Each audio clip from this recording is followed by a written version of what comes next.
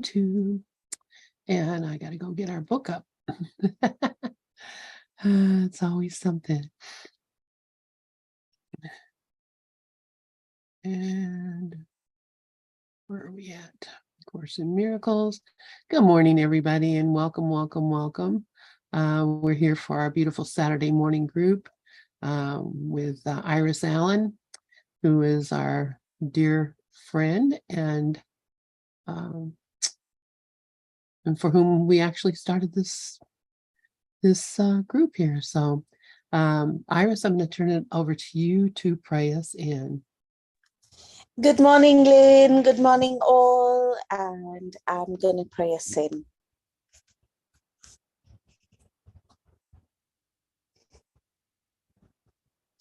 I am here only to be truly helpful. I am here to represent Him who sent me. I do not have to worry about what to say or what to do, because He who sent me will direct me. I am content to be wherever He wishes, knowing He goes there with me.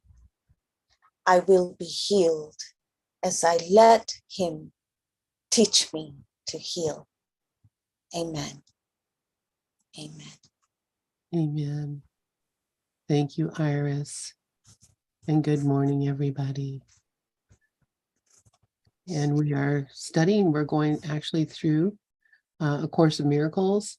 And I think, did we finish last week on Revelation, Time, and Miracles? Yeah, we did. We finished that, and so we are in Atonement and Miracles. Atonement and Miracles, yeah. All right. So let me see if I can't make this more legible for everybody. This is a big paragraph. Anyway, who would like to read? Let's start with just paragraph 1, since that's the beginning. Who would like to read paragraph 1 of Atonement and Miracles, section 3 of chapter 1?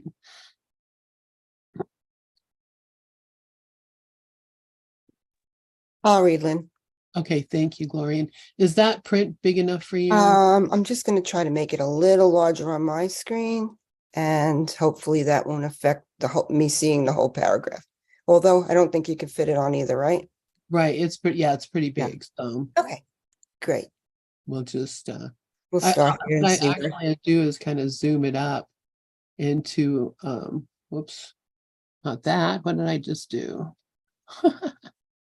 I just opened up a whole nother thing here. Okay. Make it a little bit bigger. Well, it's at 125% already. But yeah, that's great. That's perfect. Okay, there we go then. And we'll just move along. Great. Okay. Okay, I am in charge of the process of atonement, Jesus speaking, which I undertook to begin. When you offer a miracle to any one of my brothers, you do it to yourself and me. The reason you come before me is that I do not need miracles for my own atonement, but I stand at the end in case you fail temporarily. My part in the atonement is the canceling out of all errors that you could not otherwise correct. When you have been restored to the recognition of your original state, you naturally become part of the atonement yourself. As you share my unwillingness to accept error in yourself and others, you must join the great crusade to correct it. Listen to my voice, learn to undo error and act to correct it. The power to work miracles belongs to you. I will provide the opportunities to do them, but you must be ready and willing. Doing them will bring conviction in the ability, because conviction comes through accomplishment. The ability is the potential. The achievement is its expression. And the atonement, which is the natural profession of the children of God, is its purpose. So we can go back up. Let's see. Okay, Jesus is telling us here, I am in charge of the process of atonement. And I is that omnipresent, mystical I that's in all of us.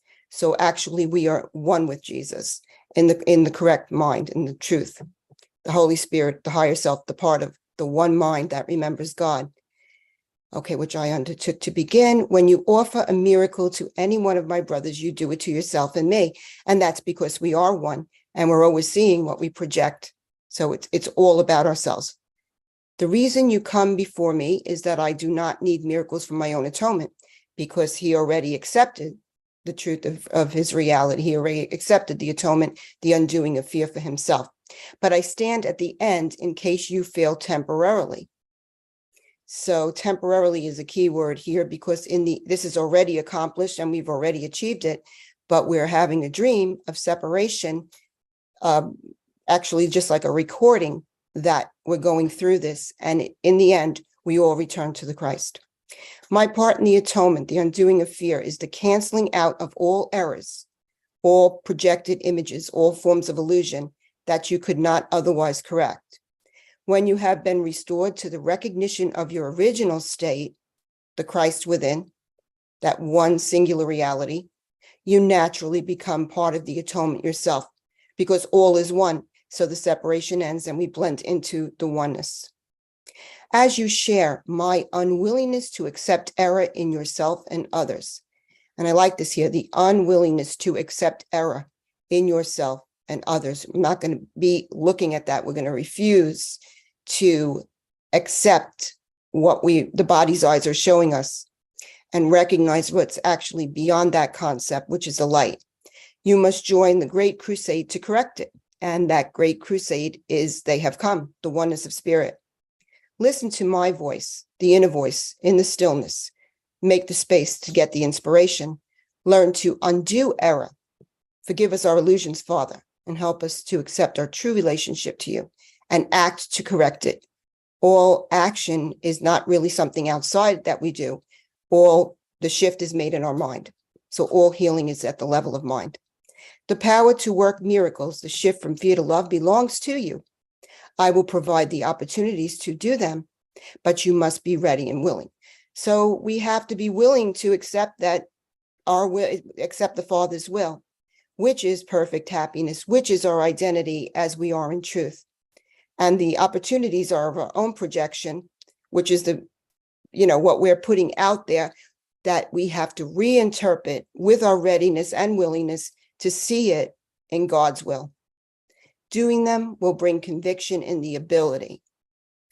And the conviction really comes through the practice and the experience of peace that we actually obtain from the continuous giving up of the illusion and recognizing the temptations and being willing to have them converted for us into the truth, which always leads us back to God's Son is guiltless and I am as God created me, because conviction comes through accomplishment. So as we receive more and more peace, we have more conviction and we're more ready and willing to do it.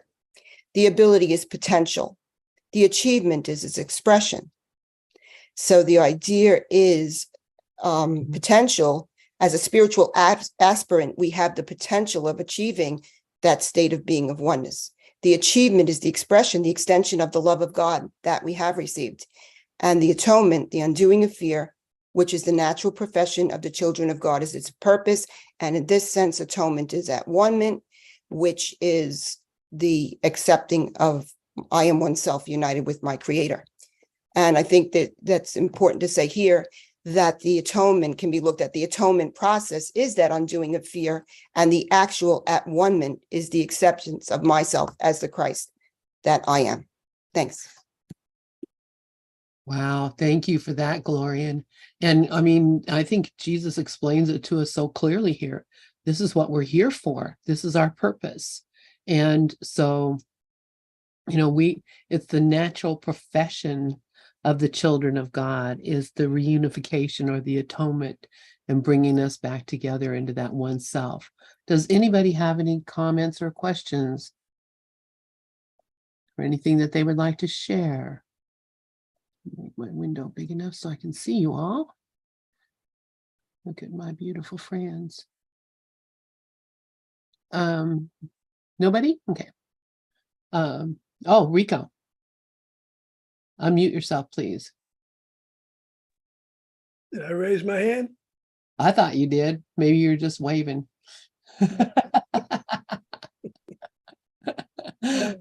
Long hand. All right. Anybody else? Dove, did you want to say something? Okay. Oh, you're just playing with your hands. Man. All hands down. All hands on deck. I'm just hoping. So again, we go back to this, which a lot of folks will say, the Great Crusade in some of the other versions of the course says, listen, learn, and do. But I believe that Jesus corrected that when in the editing, when he was chatting with Helen about this, because it really is listen, learn, and undo. And that's the whole, that's the point of the course. And that's what we're really trying to do or planning to do, is undo the error in our own minds and the error then in our brothers' minds, not by telling them, oh, you're wrong and here's how to correct it, but by correcting it in our own mind. Then we do become the miracle worker. The power to work miracles belongs to you, and I will provide the opportunities to do them, but you must be ready and willing. Doing them will bring conviction in the ability, because conviction comes through accomplishment. So, I mean, he's really, it's just like when you're teaching a child, here's how to eat with a fork or chopsticks. And, how many times that, the food's going to fall on the tray or on the floor or somewhere else before it actually goes into the mouth every time, is because they practice and practice until they can do it.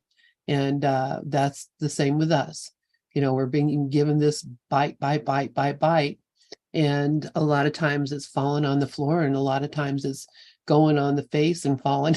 but there is sometimes that it actually goes into the mouth and we accomplish what we came for.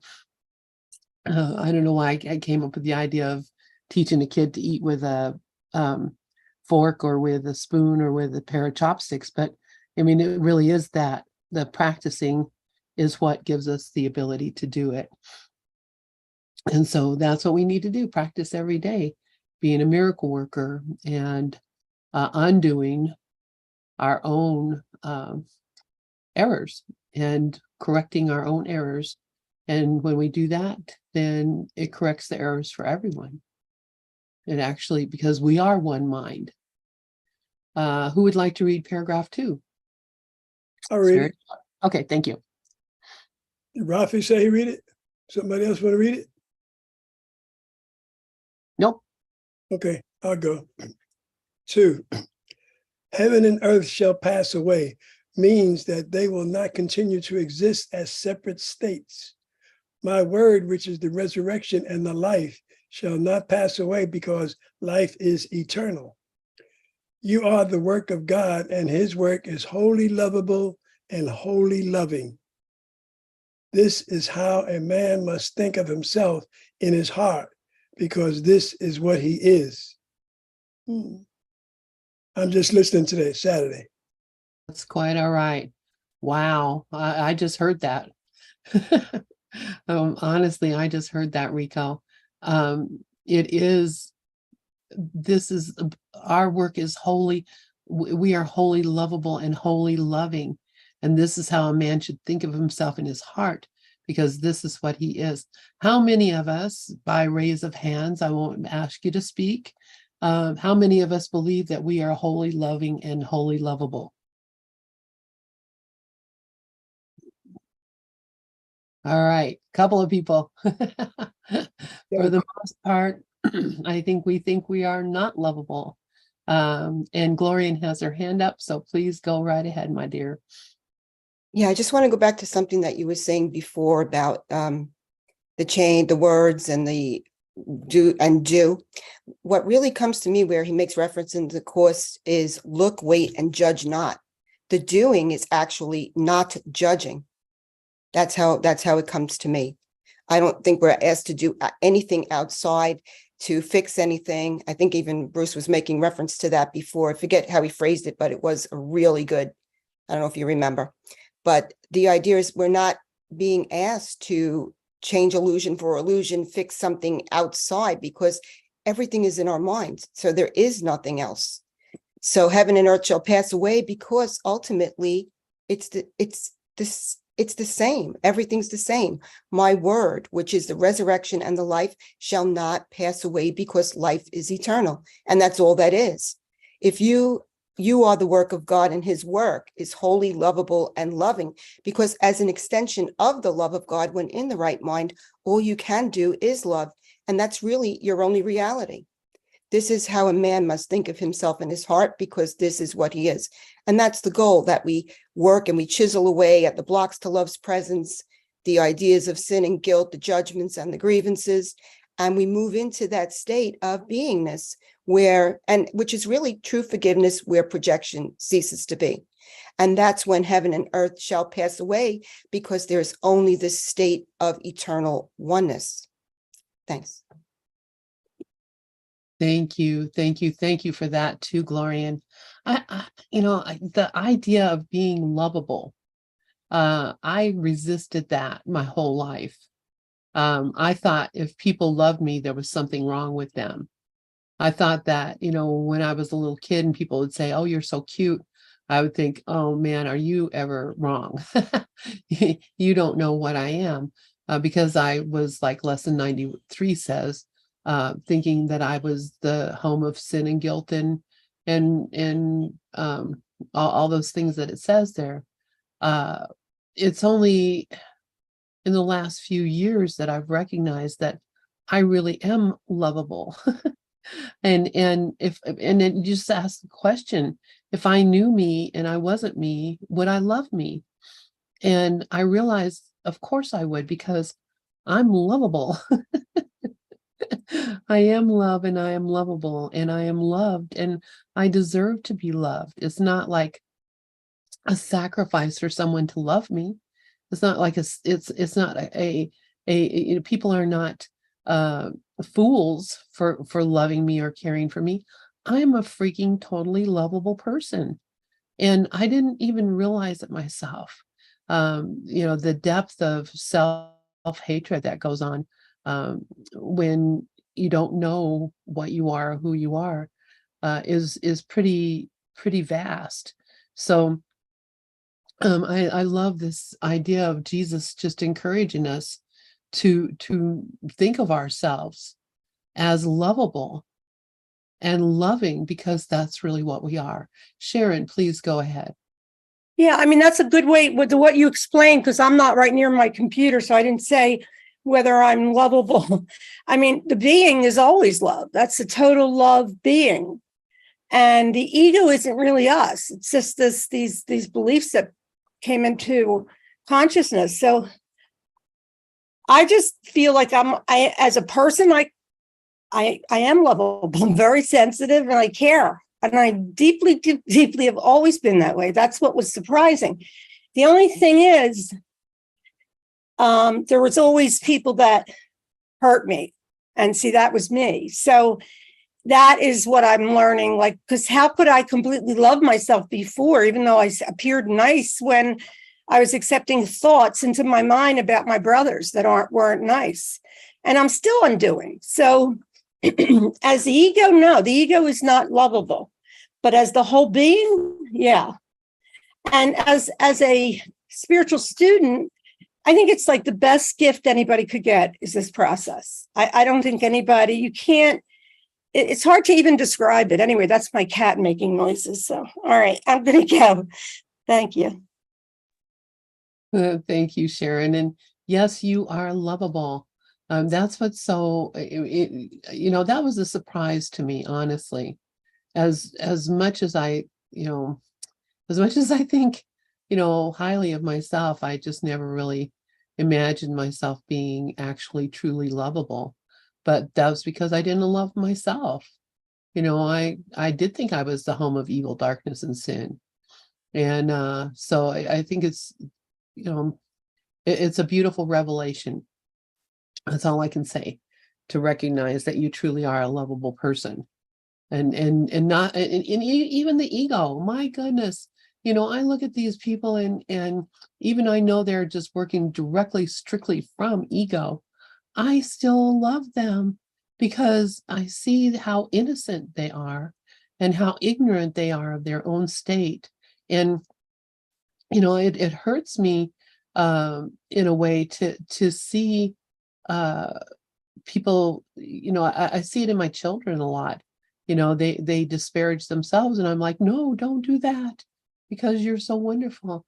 But I did it to myself, and I still do it to myself at certain times. So just remembering, or trying to remember, that I am loved and in a state of grace forever. Never have I ever been out of the mind of God. Never have I ever been out of the heart of God. It's my own heart that I've been rejecting. And when I reject a brother and I look at them and say, you're so dumb, you did this or you did that, or you think this or you think that, really what I'm doing is rejecting my own self. And so, I'm seeing those qualities in myself and being unhappy about them. And one of the things that the Course tells us is, basically, we want to see sin, and so we will look for it. It never occurred to me that I was really looking for sin in my brother when I was, thinking about what he was doing or wasn't doing that I liked or didn't like. So, I recognized that I already decided I was not going to like them before I ever actually knew anything about them. And then, they just confirmed my bias there by being what I expected them to be, which is, cruel or unjust or all the, whatever, just recognizing that it came from my decision to already think that before I actually experienced it. I would not have experienced it had I not asked for it. And, I don't know, I'm kind of rambling, but I think there's Rafi. I kind of see it that way, that, I've been fooling myself. So, any other comments on paragraph 2? I'll put that back up in case anybody wants to see it. Okay, so let's move on to paragraph 3. Who would like to read paragraph 3?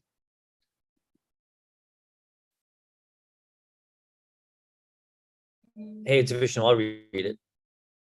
Thank you, Vishnu. I'd love to hear you. Great. The forgiven are the means of the atonement. Being filled with spirit, they forgive in return.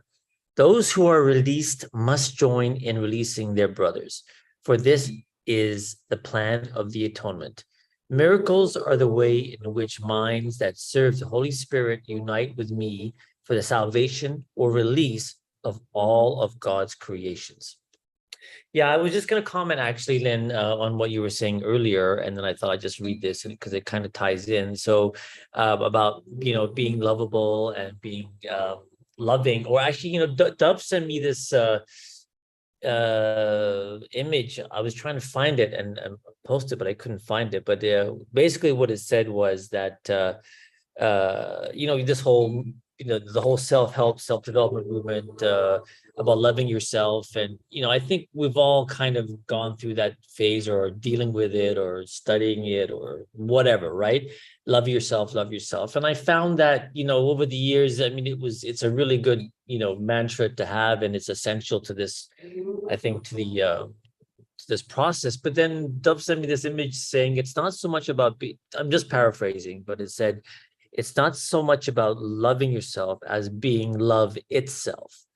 And that really kind of shifted my perspective and went back to the first paragraph about, in many ways, I felt the same way that you felt for years, not feeling lovable or, and, the Course says that your worth is guaranteed by God, but, it's kind of like, what does that really mean? And then the whole concept of being love itself for me, really helped me to shift my perspective and get a clearer understanding of what it really means to love yourself. It's not so much about this narcissistic idea of, loving yourself. And I know that's not what the course or what the self-help stuff is trying to say, but I think being love itself for me gives me a better perspective on it. And in terms of this paragraph, by being love itself, miracles are how we unite with each other. It's just because that these miracles are droplets of love. So thank you. Beautifully shared, Vishnu. Yes, thank you. Glorian, please go ahead. And thanks for that, Vishnu. That was perfect. And what was coming to me as you were speaking is being love establishes our worthiness. And our worthiness really doesn't have anything to do with the ego that doesn't exist. Our worthiness has been established by God. And God's will is that we accept that we are an extension of the love of God. And that's, to me, that's where our worthiness comes in. Not that the ego is worthy, because everything in special relationship, which is the ego, is changeable. We're looking for that permanent consistency of the truth of our being. And there's our worthiness established by God. And then we extend that love from what we've received. Thanks. Thank you for that, Glorian and Vishnu. Really, this is essential and key. I think, we all need a lot of work in learning to love ourselves, because, the ego is not a loving machine. So we recognize that what we are is not that. And the forgiven are the means of the atonement. That's us. And we're filled with spirit. And when you're filled with spirit, all you can do is forgive. All you can do is love. And if you're hating, if you're, like, I used to watch the news every day. I used to watch the news, like all day, every day, what terrible things happening, what bad things are going on. And I see that a lot of people were like addicted to it, as I was, and addicted to the judgment on, everything that I thought was happening. And, once I started realizing that we're all in this soup together, and, I am only hurting myself by condemning others and looking for their faults, which is really what happens. You're just looking for the fault. You're looking for, oh, he said this, oh, he did this. A lot of he's involved, but there's a lot of she's also that say and do things that, I judge them for and make them seem guilty. And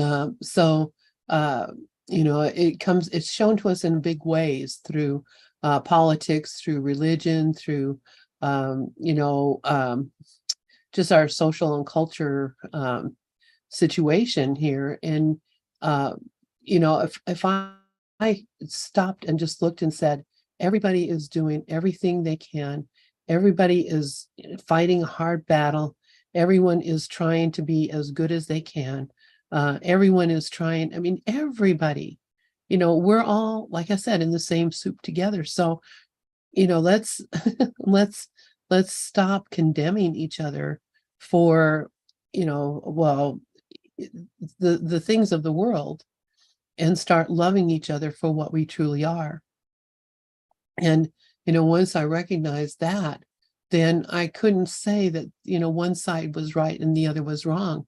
I get a lot of that also from nonviolent communication, because the whole idea of being that we all share the same needs. We all need safety. We all need security. We all need nourishment. We, every body in the world, past, present, and to come, all have the same exact needs. And so why should I condemn them for trying to meet their needs in a way that, I think is unreasonable? Good countries go to war. Good people,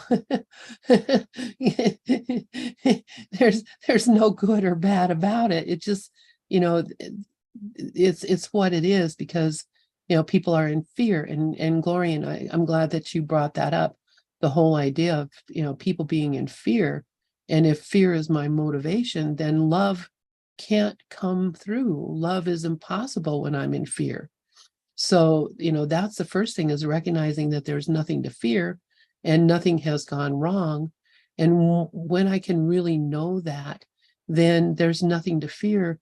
You can say anything, you can do anything, and I'm not going to react in hate, because love is the only answer to any of it. And that is how we become miracle workers, by releasing our brothers. That's what we're here for, not to hold them hostage, but to release them. Glorian has her hand up, and so does Dove. So go ahead, Glorian. I did love everything that you said, Lynn. It was absolutely perfect. A call for love, or an extension of it, and recognizing that every projection is calling you to the recognition of, I want to feel loved, safe, and free. So for my own practice, what I do is look at the idea of resisting and rejecting anything establishes me as an ego. And then I'm missing the love that is actually there behind that projection. And it's always the war against ourselves, since everything does start in our own mind. The war out there, all the differences that we see, is just an attack on God and the war against ourselves. So if we can move into that center, in that quiet place, and recognize that we really can make a choice, resist nothing, reject nothing, embrace everything for what it's there to show us. And beyond that projected concept of fear is only the light. Thanks. Thank you. That's beautiful, Glorian. Yeah, the Christ, the light, that's all there is. Dove, please go ahead. Unmute yourself. Yeah, I'm gonna, it may sound like I'm putting in a plug for my book. The name of the book is called The Open Mind, Loving Yourself, but it's not a plug for the book. Actually, if you have my other book, which is Into Oneness, it's the same book, it just has a different title. That's details. What I wanted to share is loving yourself requires an open mind. The book is called The Open Mind, Loving Yourself. Now, notice the open mind is the 10th characteristic of the 10 characteristics of God's teachers. It's the last one, and the first one is trust. So, as you begin to let go of who you think you are, which is that personality, the ego is the personality, basically. So you're not loving that personality, Dove. You're really loving God. Notice in Ho'oponopono, which we all do on Monday night, the very first one is, I love you, Father. So when you love yourself, you're really loving God, basically, because I and the Father are one. It's the same one. But if you think you're loving that personality, no, that's the ego doing a mind trick on you, basically. The open mind sees the body as a symbol, or it sees the personality as a symbol, not who we are. So what you're really loving is your right mind, the mind that you share with Jesus and the Holy Spirit, and the love of God is there. So when you say so like when Vishnu was talking about I am love, that's really what we're talking about. The open mind is not fooled by the closed mind. The closed mind is still into, oh well, this is this and this is that, and I have some more things to do before I get there. The open mind releases all of that. And there's no accident. The open mind is the 10th of the 10 characteristics of God's teaching. So with that, that's it. Thank you, Dove. Yes, that open-mindedness is so essential. But as you said, it's the 10th characteristic. It doesn't come until we have developed trust. And as long as we have any bit of mistrust in our mind, thinking that, it's possible things could go wrong, that God could let us down, that God did let us down, that our brother can hurt us, all those things, those all come from lack of trust. And so the open mind, as he says, all of these rest of these characteristics after trust depend on the development of trust. So until we are actually able to trust, then, we can't have an open mind. But it also means that we have to be willing to trust under all circumstances and every situation, and not to fear and think that there is something that can go wrong or somebody that can hurt us. And that is a hard hard nut to crack. But it's the truth about what we are, and it's the truth about what is that there's nothing to fear. And this is a holy, WHOLLY, and holy, HOLY, innocent creation. Just seeing and knowing the innocence is what reminds us that we can trust and that there is nothing to fear. So all of this goes along with, and this is just chapter 1 of this book. This is just the third section of chapter 1 of this book, and he's going into great depth about how to see our brother and how to trust. So that's beautiful. Just remembering that, all are love and all are lovable and all are loving. No matter how it may appear. Would somebody like to read paragraph 4?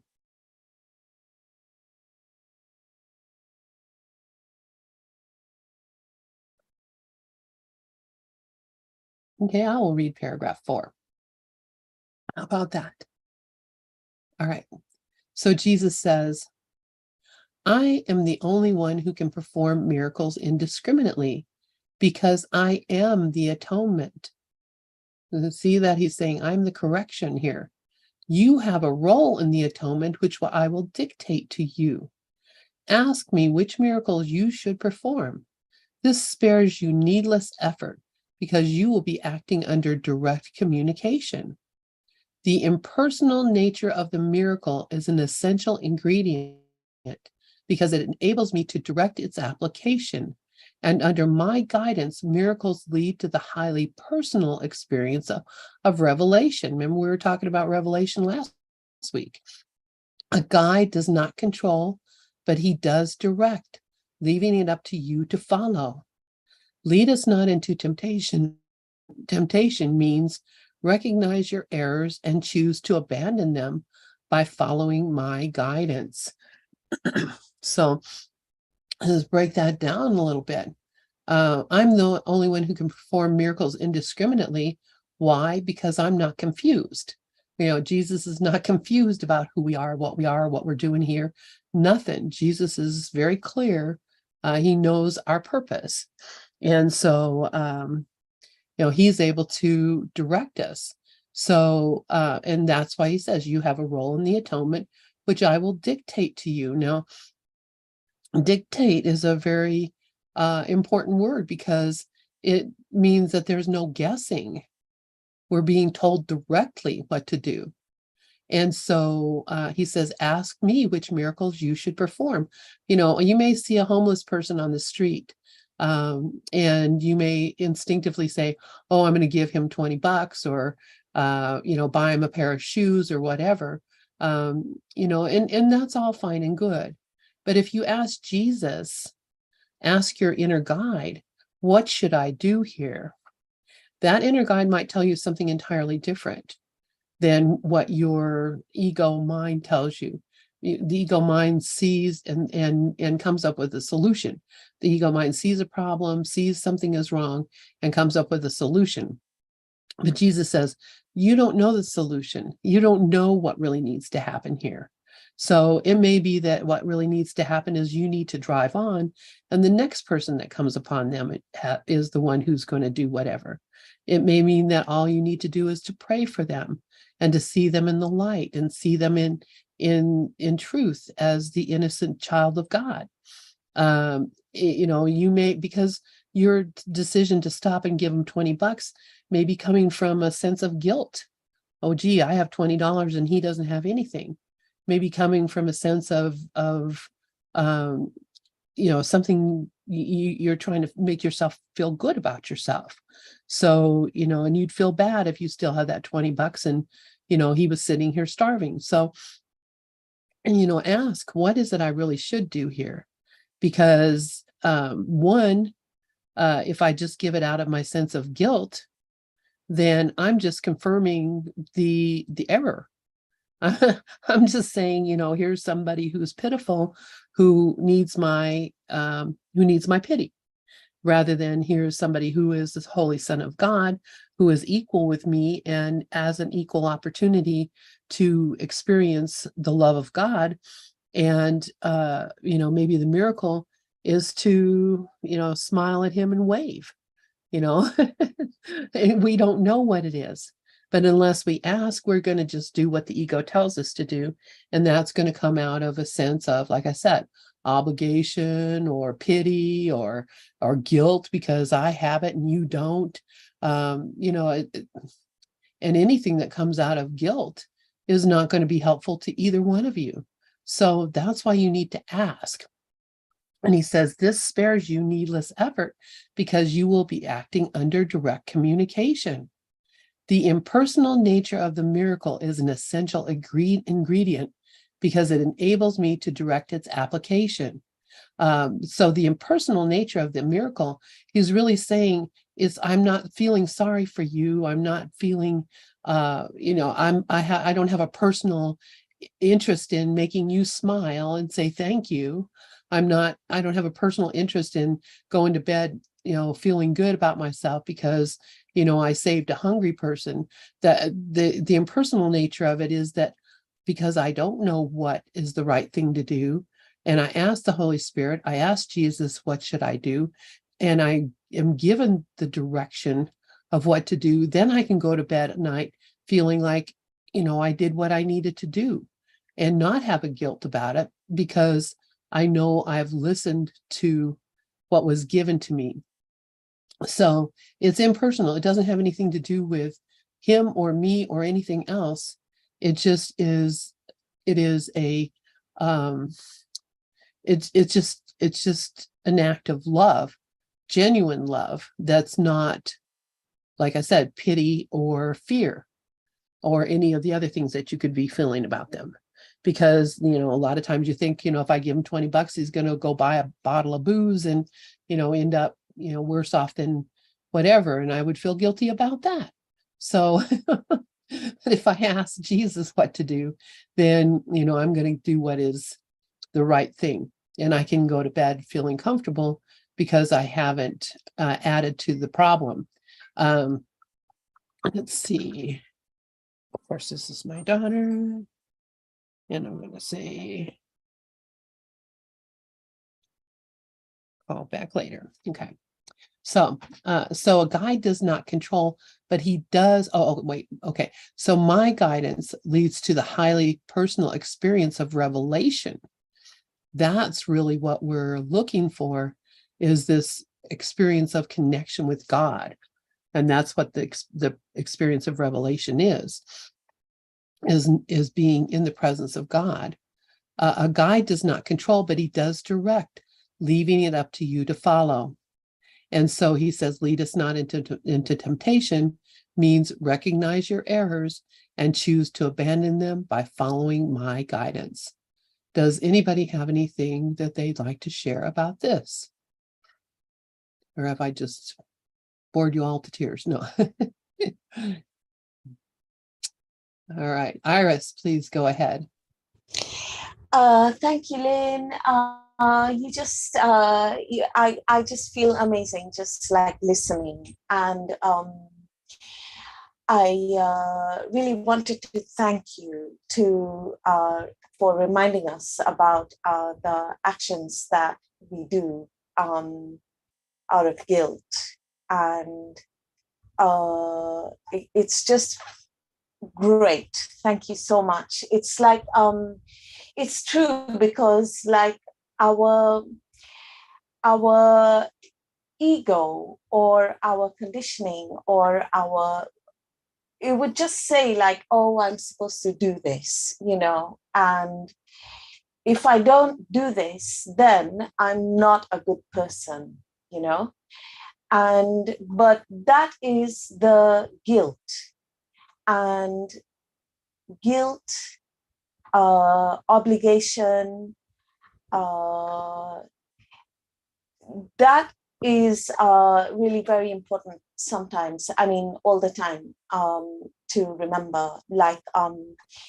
And instead of listening to that, listen to God instead of listening to that guilt. And this is really, really, really, really, really valuable. Thank you so much. And because like it's kind of like, even though like when we listen to God, the answer would be completely different. It could be like, don't do anything, walk by, smile and wave at the thing. Like, it's a really, really great reminder. And yeah, I really appreciate that. Yeah, that's what I wanted to share. Thank you, Lynn. I'll hand over the mic. Thank you for that, Iris. Yes, absolutely. Sharon, please go ahead. Can you hear me? Yes. Okay. I just want to say ditto the way Iris just said that. Well, you were so clear, Lynn, that I'm going to listen to this over and over, because what I tend to do unconsciously a lot of times is not ask, what should I do? And I don't ever resent it, but I feel like I'm supposed to do, because that's what I was like as a person. I played that kind of part, like helper. So just to sit back and say, am I doing this like Iris just said, and thank you, Iris, am I a good person? That's a trick of the ego, right? The ego feels like we can become holy egos if we, are really, you love everybody. And the truth is, personalities are not necessarily lovable because they're built in duality. And, and when a mind goes back and forth all day long, you'll never have a consistent relationship. You can't, because the ego doesn't let it.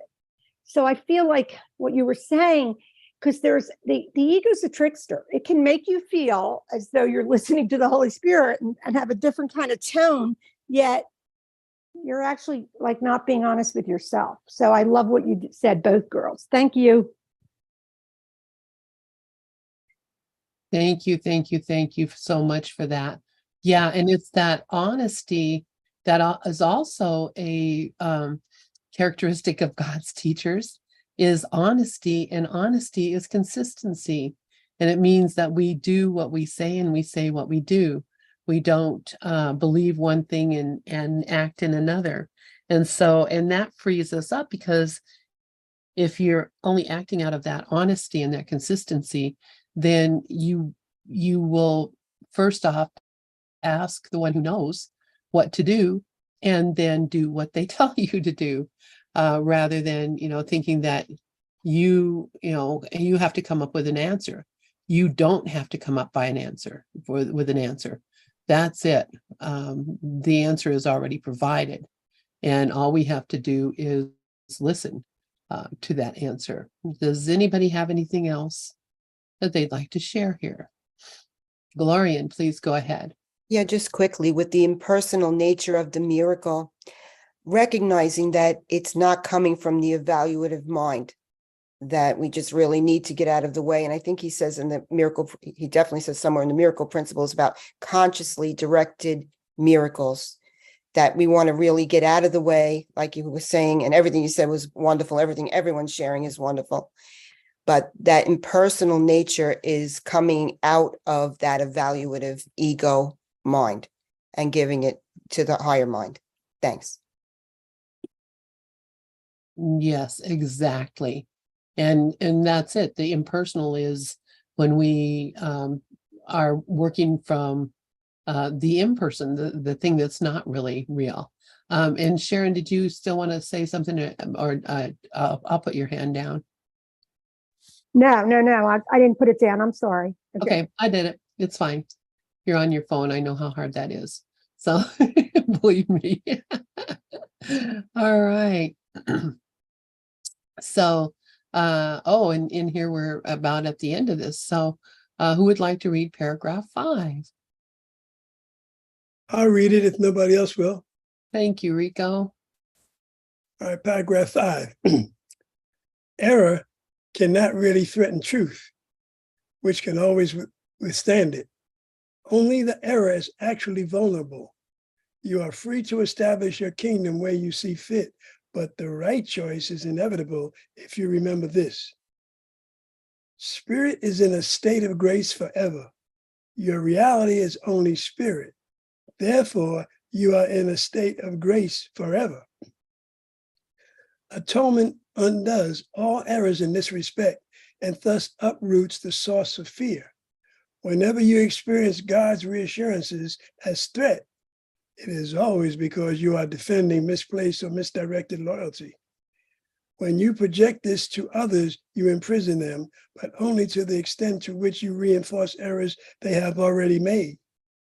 This makes them vulnerable to the distortions of others, since their own perception of themselves is distorted. The miracle worker can only bless them, and this undoes their distortion and frees them from prison. Wow. Wow is right. So, does anybody have any comments on this? I mean, he's really pointing out to us that when we project onto others, we imprison them, and we're just reinforcing their errors.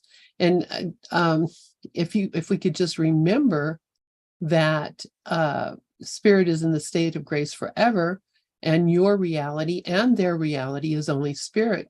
Therefore, you and they are in a state of grace forever.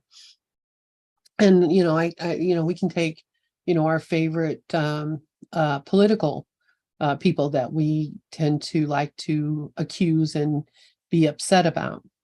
If you looked at, if I did turn on the television and I saw, one of these people, how likely am I to say, you are in a state of grace forever. You are a spirit. You are God's son, complete and whole and healed. That you are love. If I put them in that box instead of the box that I want to put them into, which is, you are a horrible sinner, you've done terrible things, you're going to do terrible things, the world should be rid of you because you've done nothing but bad, that puts them in a box and takes away their grace, not because it really does, because it does it in my mind. And then I keep them in that box and talk about confirmation bias. When I see them do something that upsets me, I just say, look, see there's a perfect example of why this person is untrustworthy. Here's a perfect example of why I can't love this person. And the reality of it is, that is my own decision to see them as something different than what God made. And so imprisoning them in that box makes them vulnerable to the distortions of others, because their own perception of themselves is distorted. And the miracle worker, our job is to bless them. And this undoes their distortions and frees them from prison. That's why, my birthday lesson, I'm blessed as a son of God, has a real meaning to me. And I do the Diksha, the oneness blessing. I went to multiple classes and workshops to develop this ability to bless people and to bless the world. And the reason I did that was because I wanted to be a miracle worker and I want to bless people. So it's hard to imagine that I've done the opposite in so many ways, but now I see clearly what the problem is and what the solution is. Please, Glorian, I'd love to hear what you have to say. Oh, thank you for that, Lynn. And I love that about blessing, because when we come to recognize that to truly bless is to rest in God and make no demands and just surrender our personal will and just let it be as it is. The little saying above about spirit is in a state of grace forever, and that this year, every year I take a few different things and I work on it as my New Year's resolution and go deep and deep and deep with it. And this was one of it for this year. Spirit's in a state of grace forever. Your reality is only spirit. Therefore, you are in a state of grace forever. And also, my other one was to be willing to not participate in insanity. And both of these, I have to say, are sticky note worthy on the TV, because as soon as you're watching it, and naturally your opinions are coming in, and all opinions are of the ego and are wrong. And if we could just remember that this, then it stops it. So that's something that I do, just to be a little bit helpful when with the news or whatever it is that comes on there. There's constant, every single thought is a judgment, and we want to just rest in God and forgive. Thanks. Yeah, thank you for that. And that's really, I mean, what a great thing to take anything like this and just say, this is my, what I'm going to work on today. I'm going to turn on the TV and, put that little sticky note there to remind me, or, just put it on my computer to remind me, because really that's what frees me.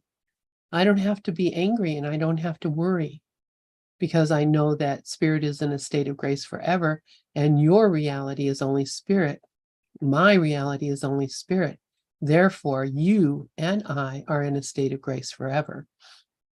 And I wonder what it would be if we did that, if every time we saw that certain politician or that religious leader or, whatever, if every time we saw them, instead of going into the story about what we think they've done or are going to do, if we just were able to say, you are in a state of grace forever. Your reality is only spirit.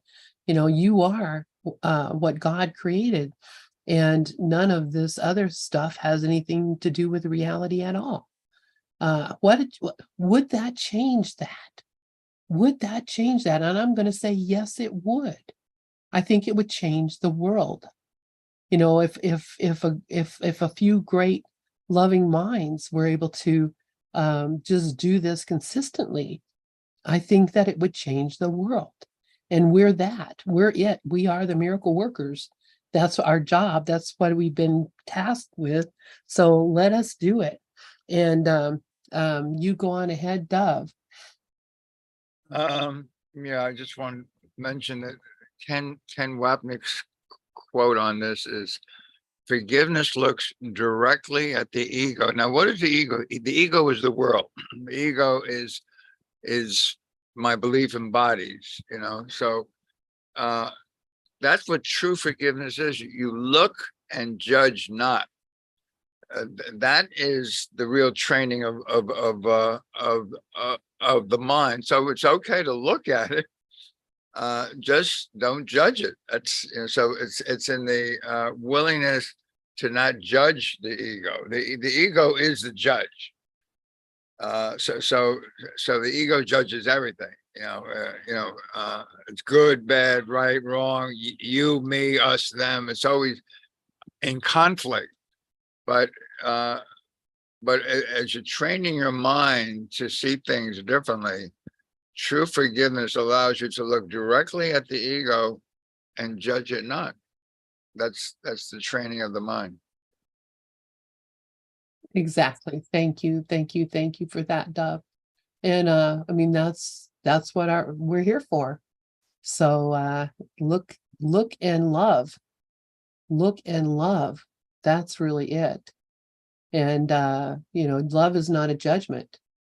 Love is not conditional. Love doesn't say, if you do this, I will do that. Love just says, I love you as you are, and I love you as God created you, and I see you as God created you, not as the image in my mind. Does anybody else have anything they would like to share before we end our hour? I'd like to add to what I just said. If you practice this, sooner or later, you recognize that the early lessons are true. Nothing I see here means anything. because it's only us that give the meaning to it. So if you're into true forgiveness and you're judging not, nothing I see really means anything. You finally get to the place where all the talk, it's like talking heads, or all the talk is just talk, talk, and it doesn't mean anything. Exactly. And boy, that first lesson is the whole course, right? The Yeah. first lesson, all of them are the whole course when you get right down to it. Iris, please go ahead. Exactly, Dove. Thank you, Lynn. Exactly, Dove. I was just thinking that, this week I was looking at these early lessons, like 1, 2, 3, and 4.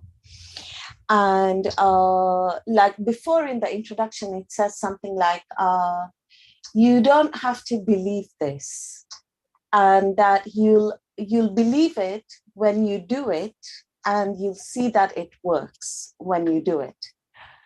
And so I was looking at 1, 2, 3, and 4, and actually then I was looking at 1, then 2, then 3, like at different days, and then 4, and I had a different experience with lesson 4 this time. And literally, like, just doing what it's saying in the text, it's in the workbook, it's saying like, any thought, this thought about the water dripping does not mean anything. This thought about the noise on the street does not mean anything. This thought about the bird outside does not mean anything. It really doesn't matter. And it's saying in that lesson that it's not a lesson in judgment, quote. It's like, include everything, including like the stuff that I think means something, and I just did that for a while. Like when there were so many thoughts, and I would just look at each thought and it was like dismissed, and the next thought, and then dismissed. And somehow, I don't know how, but my mind went blank, completely blank. And I can even go as far as saying this blank does not mean anything. And it was just a completely different kind of experience with that lesson. And I found that like really interesting. And I've been doing that lesson since. Like, this thought does not mean anything. It doesn't matter what it is, like how real I think it is. And then it just comes to like just a quietness, like just I feel quiet. Even if I have to do it again after like 10 minutes or 1 hour or whatever. But it says don't do it for more than 4 or 5 times. But I think and in that lesson, it says it's a major practice and we will return to it sometime again. But I just want to say, like, if we're doing the lessons, it's really brilliant. Like the first 4 lessons, this thought does not mean anything. And it really does work. Like it's like exactly what it says in the introduction, like just do it. And then I'll see when I do it that it does work. And it's kind of like unburdensome, like it just deburdens us. Like, what's the word? Like Jesus says somewhere, like, my yoke is light.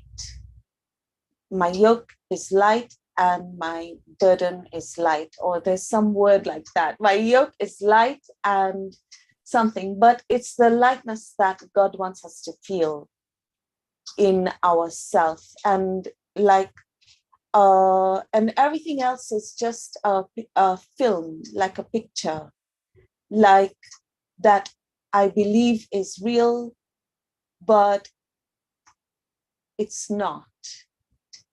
And the last thing I wanted to say is, like, in this reading that we were reading, there was this line here earlier that says, heaven and earth shall pass away, quote, in paragraph 2, heaven and earth shall pass away, quote, means they will not continue to exist as separate states. And like, as a, quote, part-time human being and like a full-time spirit, like, it's kind of like this, like, experience is fluctuating, you know, like sometimes there's like joy, and then sometimes there's the human being and the heaviness of being a human being. And like, and that's what this reminds me of, this paragraph 2, like, heaven and earth shall pass away. So there's not going to be like a divide. It's going to be like, heaven and earth shall pass away means they will not continue to exist as separate states. Like, I won't be experiencing it as separate states. Would probably mean, to me, it means like I'm not going to be like vacillating, you know, between like the human, and I'll be established in my identity and my brother's identity as the Christ. And that's reminded me, because I find myself as during the week or during the day, like vacillating, you know, between like believing like the human, and then like it's brief moments of clarity. It's like I am spirit, and so is my brother, and so is everything. And then like back again being a human, and then like vacillating. And like this is our resurrection, literally. Like, my word, which is the resurrection and the life, shall not pass away, because life is eternal. And yeah, yeah, and that was like just a few words I wanted to share, and I'll hand back to Lynn. Thank you so much, Iris. Yes, these are amazing and beautiful understandings to come to. And I'm so grateful that we have this group that we can work on this every day, every week. And I'm so grateful for you and everyone who comes here. Thank you, thank you, thank you. And yes, we are, when heaven and earth pass away, we're all in heaven now. So thanks, you guys. I love you all. A few people had to drop out because we went over the hour, but that's okay. I love you guys, and I'm so grateful to see you and know you. And we will see you again next week. Bye.